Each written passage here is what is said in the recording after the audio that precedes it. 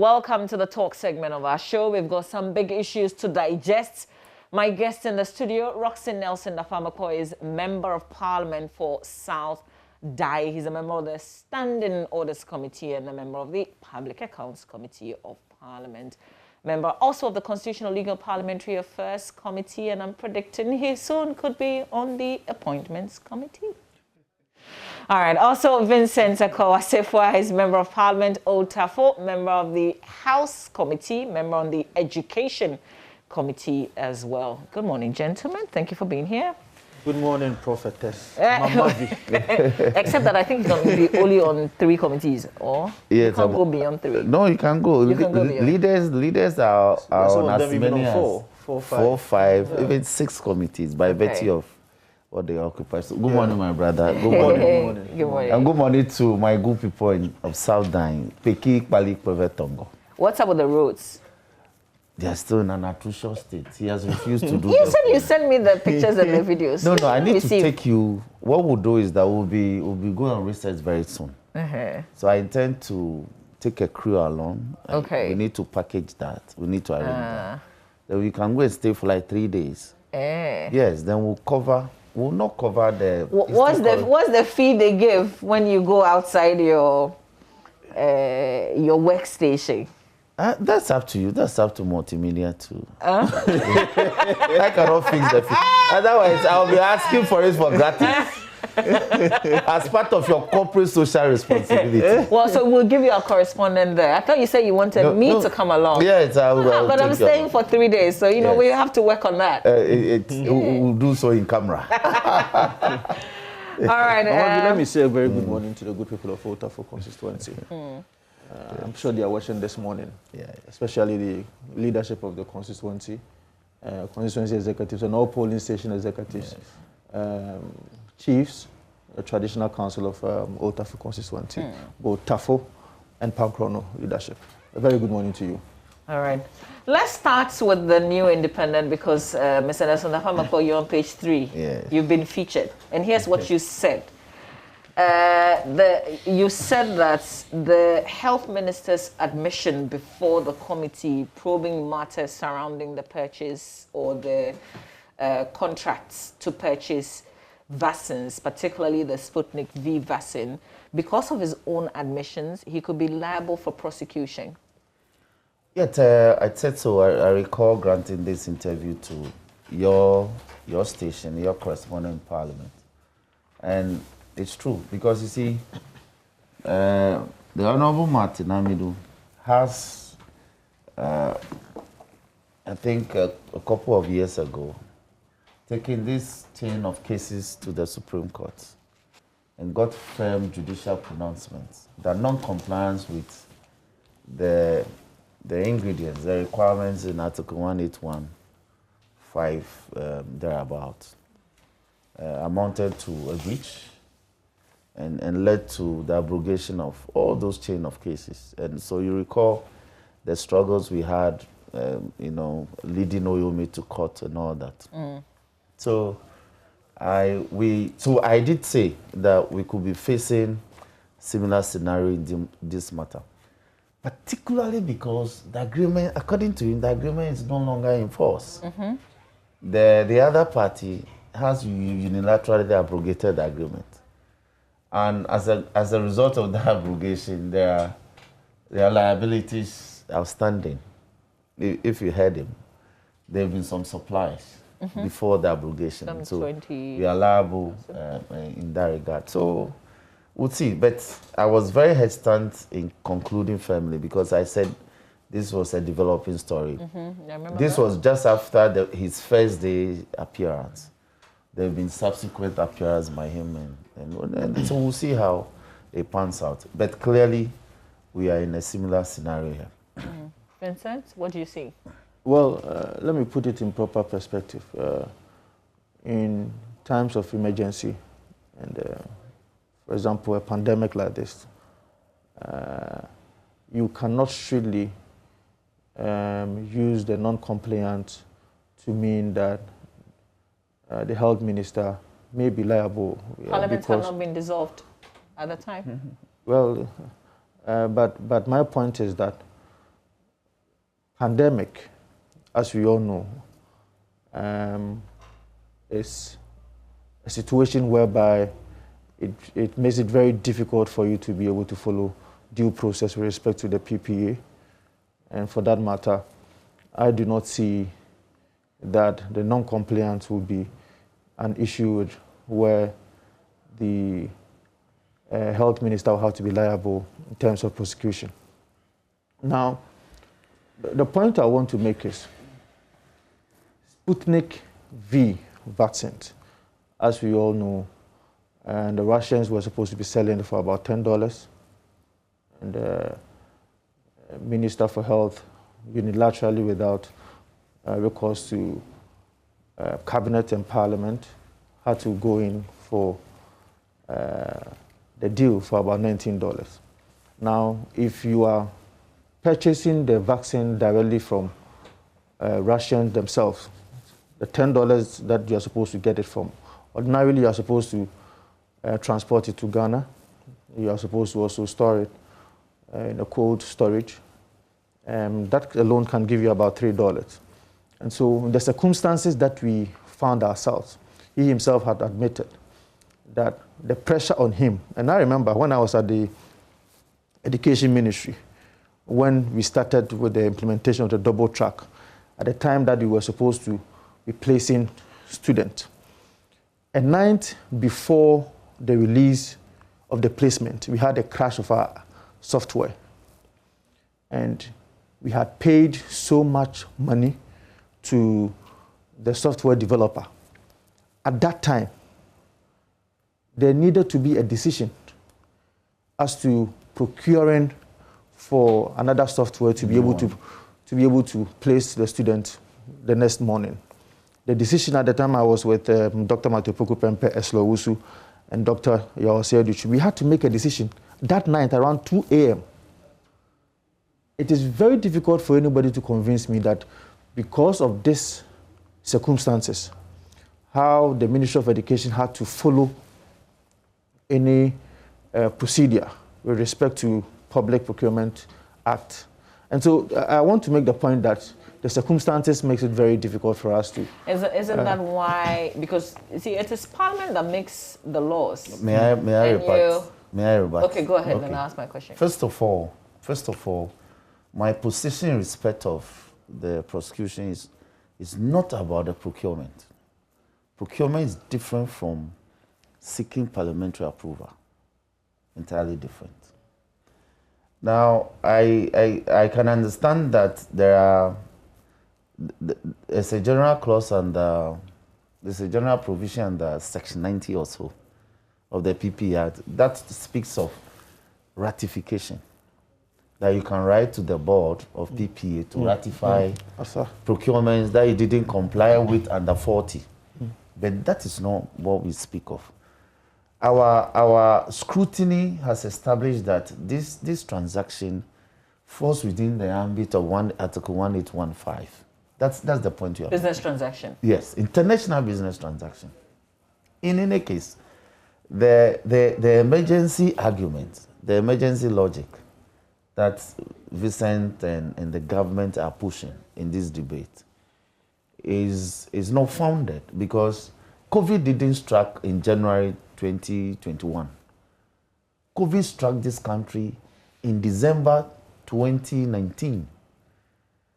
And it would even be very early in 2020. No, hold on. Begin to record cases in March. No, yes. No. Yes, hold on. That's the case. Hold on. It struck this country in December 2019. Then when the cases were building up, when the numbers were increasing, the president shut this country down in March. Wait. No. December was for China. So what is on China. Hold on. What is on record that we know? Hold on. Is the famous May I? information minister plus the health minister That was in March. plus another. Hold on. That live broadcast that they did. That was in March. Can I finish? Yes, please. The scientific evidence In Ghana is that when you contract COVID, it takes about 2 to 3 weeks to manifest. And I am saying the incidents began to build up in December. When we cross over to the new year. Okay, what we're talking is what is on record. No, hold on. In January 2020, we began to experience cases. 1, 2. Until the president... That isn't on record. No. That is on record. Oh. The first one was at the airport. Oh, can I finish this? Yes, you're still talking. Yeah. Good. I just wanted to... And I'm saying, and I'm making the point that the president didn't shut this country down after 6 March 2020 for just one case that we recorded. No.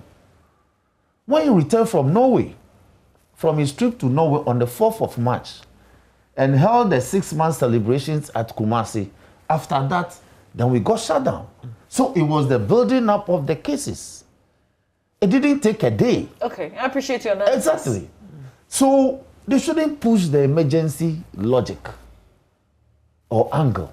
We have always known. What they could be saying is that the development of vaccine over the period got scientifically proven sometime in October. And so it took even some months for Africa to even have an opportunity to get supplied. If they speak like that, and so when the figures began to go up again in January, February, so he had to do this. I can appreciate that. But you shouldn't speak as if COVID struck us in January 2021, and by February, he had to quickly do this. We have always been in COVID. So they should check how the reasoning is going, so because people are verifying those facts. Okay, so this is in response to when he says there was a lot of pressure and people were dying. Exactly, because there have been a lot of fatality cases recorded, even in 2020. But I can appreciate if he says that when the vaccine became scientifically tested and established and distribution began globally, there was pressure from almost every country to purchase. And so when he got the opportunity to do this, he had to rush. But in rushing, we have been somewhere at midnight to approve facility agreement for government to be able to do things. Sometimes not even concerning He's health. still a member of parliament. He is, for Doma. He's the veritable honorable member for Doma. The government has summoned us midnight. We've been brought from our villages to come and approve agreements overnight. He could have done that. That was why the Honorable Akando asked him. And he agreed that he could have done that. We are not worried about the transactions that he entered into to save lives. No. We are worried about his responses. I think let's get the difference. Are you worried about the procedure, or you're worried about his responses? You see, when you say that you were not thinking straight in doing this, you scandalized everybody.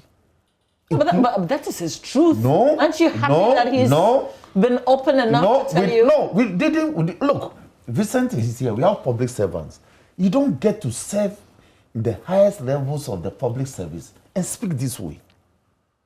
You don't do that. Isn't that an opportunity for you to call for him to be fired and say he's unfit? Get proper briefing. But that's his truth. Get proper briefing and speak with all due respect to him in a manner that you come across as a leader.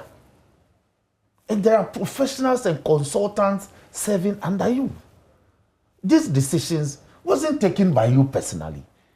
They had a COVID management team. You had one as well. Exactly. Government had a whole COVID management team. But isn't he showing leadership by taking responsibility? No, but you don't take responsibility. Wasn't it his signature on that? You don't take responsibility by speaking as if it was your personal decision. That is what has scandalized people. That is what people find unacceptable and offensive. That's such an important decision, and you tell us that you're not thinking straight.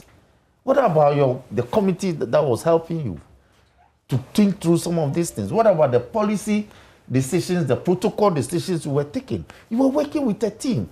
So speak and give some credit to the team. Don't personalize this. I think that is what I find very, very unacceptable. Vincent, there's a lot in what he's had to say. Yes, but you see, I don't see anything offensive about the comments made by the Minister of Health.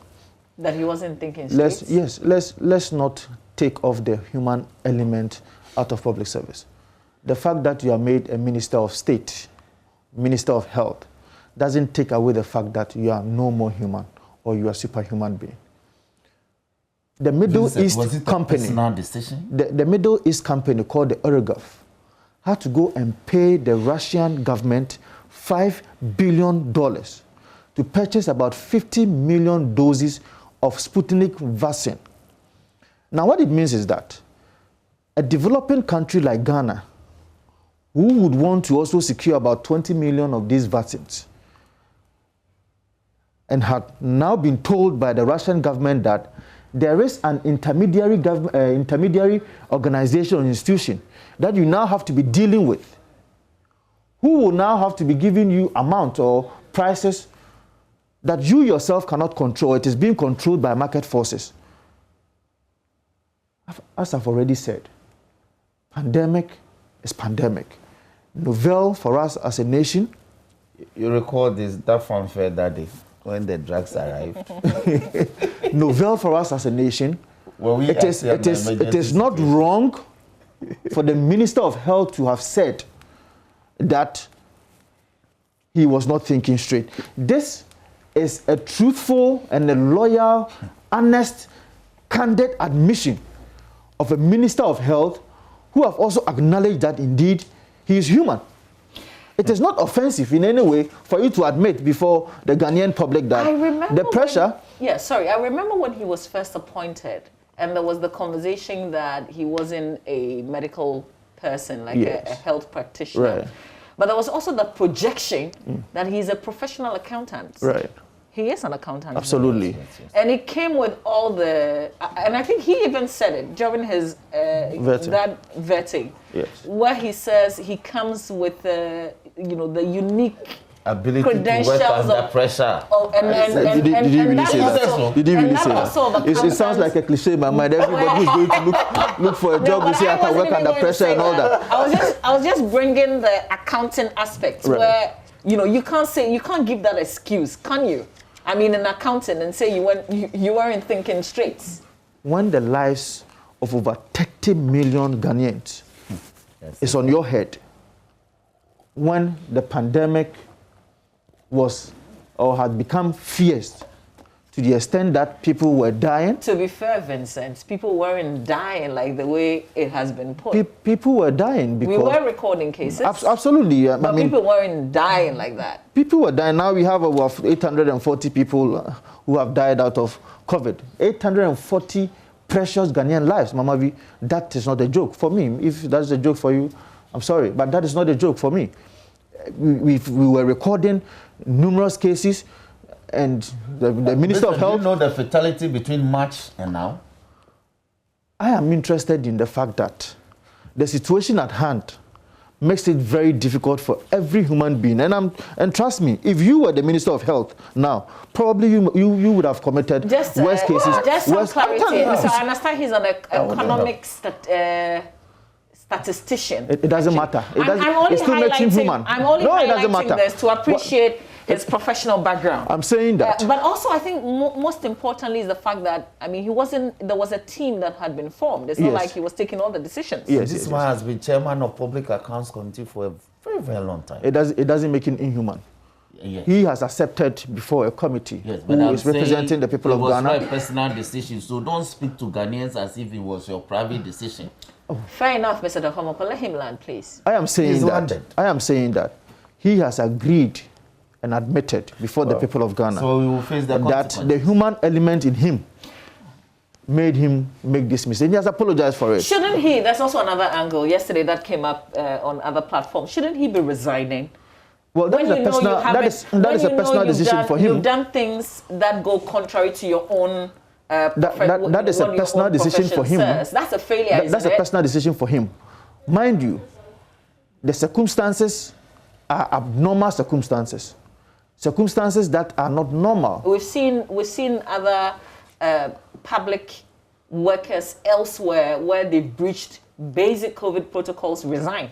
that is that jurisdiction. This is that isn't Ghana. This is even bigger than that, isn't it? But I'm saying that is his personal decision to make. If he decides that because of what has happened and his inability to think, well, his inability fire him based on this. That is also the wish of the president. If he decides that he appointed him, if you want to disappoint him, so be it. But I'm just saying that I want to commend him. Representative of the constituents, the people of Ota, what do you think? I commend him for his candor. I commend him for his admission that indeed he had to err is human. He has agreed, or he has admitted that he erred. So what should be the punishment that goes with that kind of admission? We have laws. We have rules and regulations that govern this. He has already indicated that Article 181 of the 1992 Constitution that deals with international businesses, when it is breached to that extent, may have its consequences. If Parliament or the Attorney General want to go after him in that manner, so be it. But I'm just saying that the circumstances, he has admitted that indeed he erred, and he has shown that indeed he's a true Ghanaian. He is patriotic, he's candid, and he didn't lie before the committee, and the committee who are supposed to be representative of the Ghanaian people. And he was acting, and I mean we should be truthful to ourselves, acting to ensure that you safeguard the lives of the Ghanaian people. Okay. And we cannot, I don't think that you should be punished for being truthful. So what's the end, as in the committee does this work and so what? Now we have the power to make recommendations. To who? The executive? Yes. Why? Oh, this government. I'm just trying to open this up so that people following the conversation can follow properly. As we speak, this government is in court. To Parliament or to executive first? This government is in court prosecuting other Ghanaians for causing financial loss to the state regarding much lesser sums of money. This government.